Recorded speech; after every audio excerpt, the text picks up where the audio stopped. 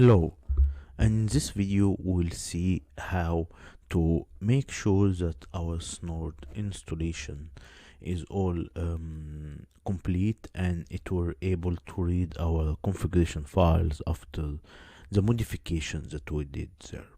So just a fast recap, in the previous videos we already saw how to configure Snort, how to go to the configuration file, add the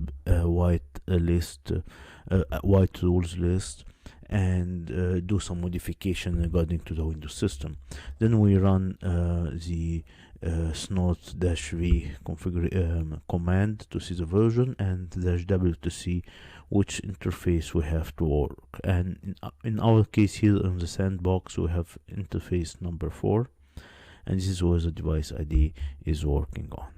So to see the complete configuration of this Snort and everything is running smoothly, we need to run this command. So the command is used to Snort, use -i to specify which interface. In our case it will be interface 4.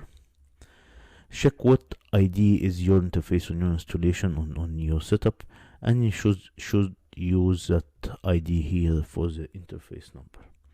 Then we check to push it to the configuration and say that our configuration is located at c.snort/etc/snort.config, and -t to push it to the thread.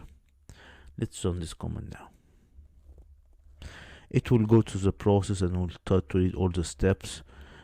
We will just wait to see how successful it will went or how it.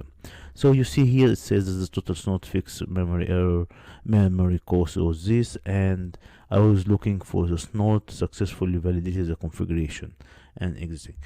This is at this point you know that your Snort is configured correctly and ready to work. So for this homework, I would want you to reach this step and take a snapshot of the screen, highlighting that the Snort successfully was validating the configuration.